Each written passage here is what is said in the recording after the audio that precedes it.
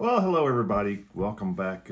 Here we are talking about another one of our topics here. This time it's going to be topic 6, kicking anxiety off the throne. You know, anxiety is a big topic today. It's very normal today to hear someone say they have anxiety, and I had it when I was younger as well. It's a booger bear. It's not something pleasant to deal with.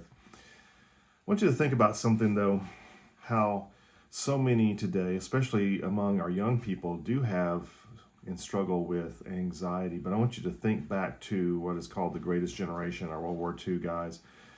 During World War II, they have documented at least 250,000 young men between the ages of 14 and 17. A quarter of a million young men who lied about their age, often with their parents' knowledge and as well as the draft board's knowledge, and the local guys knew it, in order to volunteer to go fight in World War II.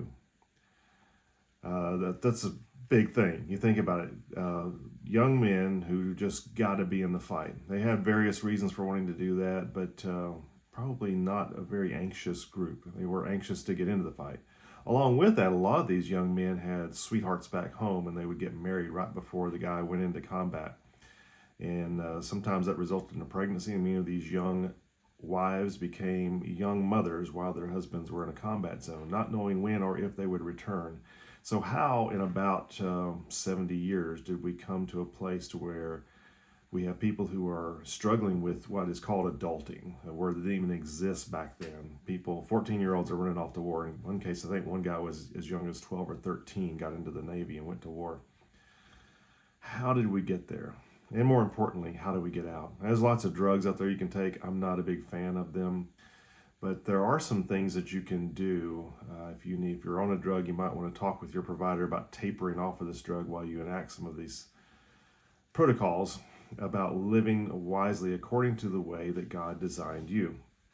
God not only designed you, but He also made the environment in which we live. And there are some things that you can do to calm yourself that He designed to calm you. And I call these things the creation rhythms. So let's talk about how to embrace the creation rhythms very briefly.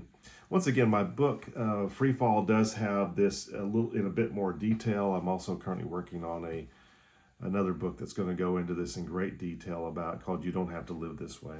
So look for that coming out in probably July of 2025. First rhythm is the circadian rhythm, or the light-based rhythm. There is a study that was done in 2022 that is just powerful.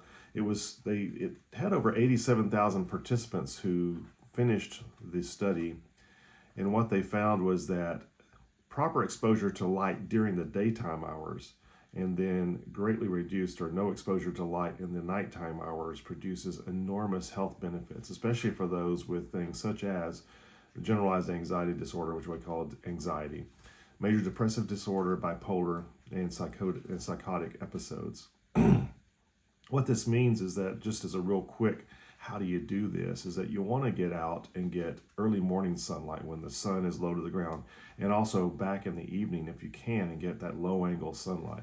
And of course, during the day, there's huge health benefits, including to your immune system, of getting a significant amount of sun on your skin. It really helps you generate vitamin D, and don't use sunscreen, by the way, but that's a different topic. Here we go. So first of all, there's the light cycle. So that's one thing. You need to get out in the sunlight, get sun in your eyes. Don't stare at the sun, by the way. But this can help set your circadian rhythm up properly. At nighttime, once the sun goes down, you don't want to be exposed to bright lights. Any lights used in your house should be reddish orange phase. There are some bulbs you can get at any local store that sells light bulbs that are red spectrum. They cause your brain to go more into relax mode and to emit chemicals that can calm you and get you ready for sleep. You think about if you ever sat around a campfire at night out camping, how tired you get. It's just that orange phase light that really helps you to rest. And another creation rhythm is what I call the connection rhythm. We were designed to connect. We are relational creatures. The Trinity is three persons in one, Father, Son, Holy Spirit, and they are so closely interrelated that we consider them to be one. We are made in His image, and we are designed to connect as well. One of the big advantages of church, we don't go to church, we are part of a church, is that we get to connect with people, and we fulfill what is called the law of Christ, Galatians 6:2. Bear one another's burdens and so fulfill the law of Christ. Make sure you get out and get connected with people. And don't restrict yourself just to church, but there's all sorts of ways you can get involved in civic organizations. For example, I'm part of a local community choir, a great bunch of people, hang out at my local airport with a bunch of guys. It's just connect in every way you can. Whenever you're in town, don't stand there on your phone, but actually stand there and talk to people. Food. Hey, this is big. God created food to nourish us, but it does some amazing things in our brains and in our bodies. Proper foods give us a strong immune system, give us energy, and they also give us some little brain rewards when we eat good food. And interestingly, when you eat food with people, connecting with people, like we just said, you bond to them. It's a great bonding experience. So make sure that you put connecting on your list as one of these creation rhythms. There are also, in all that God designed in the outside world, there are colors of flowers and leaves and trees, and there's also aromas. There are vapors on the air that have been found to be very relaxing to us and good for us. So get out and walk in nature, spend time in nature, take your lunch breaks out there, whatever you have to do, but get out there and enjoy all that. That helps your mind as well. Movement is probably one of the best medicines that we can have, whether it's just hard work or exercise. It improves our mental state, our physical state. It improves our immune system. It gives us strength so that we can go out and be with other people. It is one of the best and freest medicines out there, so make sure you move. Work, productive work. Productive work is outstanding. When God created us, he said, 6 days you shall work, but the seventh is a Sabbath or a rest day unto the Lord. So yeah, we were made to work. And it doesn't matter how menial a job may seem, but God can use that in his kingdom. One of the main reasons I love what I do is I get to be around people, and I get to find out where they are with God, if they know God, if they need to grow or whatever, and they can help me as well if they are fellow Christians. Work can be very meaningful, and we need to get out there and have that social support, part of that connection rhythm as well. We just mentioned it, but rest. Yeah, we need to rest. We are way too stressed out. We are chronically fatigued. And one of the reasons why is because of our devices. We have on-command entertainment that we can summon at will, very highly curated just for our interests. And so we just don't get as much sleep as we used to.